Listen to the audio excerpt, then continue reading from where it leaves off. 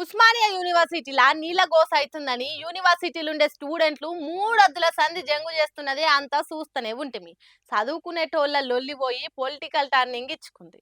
అధికార ప్రతిపక్షాల నడుమ జగడం లెక్క ముదిరిపోయింది. అసలే ఎలక్షన్ టైము ఏ పాయింట్ ఏడ దొరుకుతుందా అని ప్రతి ఒక్క రాజకీయ పార్టీ కాసుకొని కూర్చునే టైము. అసొంటి టైంలో ఓయూలో నీళ్ళొస్తలేవనే విద్యార్థులు రాజకీయ పార్టీలకు వరంగా మారింది. తెలంగాణ రాజకీయాల్లో ఓయూ ప్రాధాన్యతను తీసేయలేము. ఎందుకంటే ఉద్యమంలో ఓయూనే ఎన్ను బొక్క లెక్క ఎట్లా పనిచేసిందో చూసే ఉంటిమి. అందుకే ఓయూలో పుట్టిన ఏ ఉద్యమాన్నైనా ఉట్టిగా తీసి పడేసేది ఉండదు. ముఖ్యంగా గర్ల్స్ హాస్టల్లో నీళ్ళు వస్తలేవని జంగులేపిరు ఆడవిల్లలు. అంతకుముందు మెస్సుల పురుగులన్నం పెడుతురని అదోలొల్లైంది. ఇక ఇప్పుడు ఓయూలో నీళ్ళు లేవని కరెంట్ ఉంటలేదని విద్యార్థులు ఒకమంతా నిరసనకు దిగింది. కావాలనే విద్యార్థులు బదనాం మోపుతురని సర్కారు మండిపడుతున్నారు. అటు యూనివర్సిటీ ఆఫీసర్లేమో నీళ్ళ ప్రాబ్లం ఉంది లేదని కాదు సెలవులు ఇస్తున్నామని చెప్పుకొచ్చిరు. ఇక దాని మీద ప్రతిపక్ష పోలు బగ్గుమంటున్నారు. నీళ్ళు ఇయ్యమంటే సెలవులు ఇచ్చి పోరలు ఇంటికి తోలుతున్నారు. ఇదేం పద్ధతి అని కేసీఆర్ సార్ కూడా సోషల్ మీడియాలో పోస్ట్ పెట్టిండు. అటు విద్యార్థి సంఘం లీడర్లేమో డిప్యూటీ సీఎం కు సవాల్ చేసిరు. బట్టి సారు ఒక్కసారి వచ్చి ఓయూలో తిరిగి చూడు, మేము ఎట్లుంటున్నామో మీకు తెలుస్తుంది. అయ్యా బల్మూరి వెంకట్ గారు, విద్యార్థుల పేరు చెప్పుకొని ఎమ్మెల్సీ అయినవు, నువ్వు ఓయూలు ఉన్నప్పటి రోజులు అప్పుడే యాద్ మరిచినవా అని తిట్టిపోసిండు సందీప్ అనే విద్యార్థి సంఘం లీడరు. ఇక కేసీఆర్ సార్ ట్వీట్ మీద రేవంత్ సార్ బగ్గుమన్నాడు. గోవెల్స్ కంటే ఘోరం తయారైతున్నాడు కేసీఆర్ అని మండిపడ్డాడు. మీరు ఉన్నప్పుడు కూడా ఓయూలో నీళ్ళ ప్రాబ్లం ఉన్నది, కానీ కావాలనే కాంగ్రెస్ సర్కార్ మీద బద్నాం వేస్తందుకు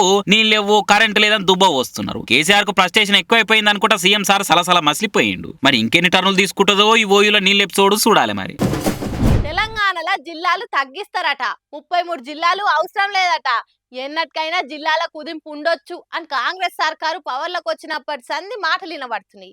ఇక ఇప్పుడు ప్రతిపక్షాలు ఈ ప్రచారాన్ని ఇంకింత ఉరికిచ్చే పని ముంగటేసుకున్నట్టు తెలుస్తున్నది. మనకు 33 జిల్లాలు ఎందుకు, 17 జిల్లాలు చాలు అన్న ఆలోచన చేస్తున్నదట సర్కారు అన్న మాటలు శానొంతుల సందేహం పడుతున్నాయి.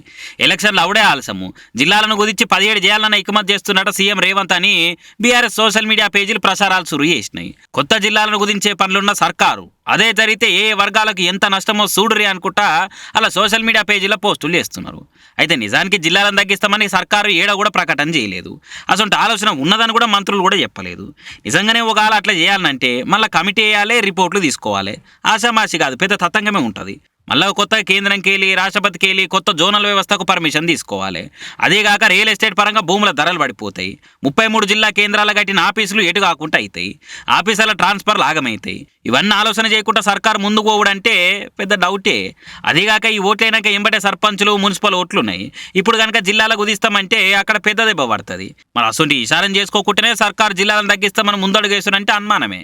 మరి ఇవన్నీ ఎలక్షన్లలో అధికార పార్టీని ఇరుకుని పెట్టేందుకు ప్రతిపక్ష పోలు చేస్తున్న ప్రచారమా నిజమా అన్నది ప్రభుత్వం అధికారికంగా ప్రకటిస్తే కానీ తెలియదుగా.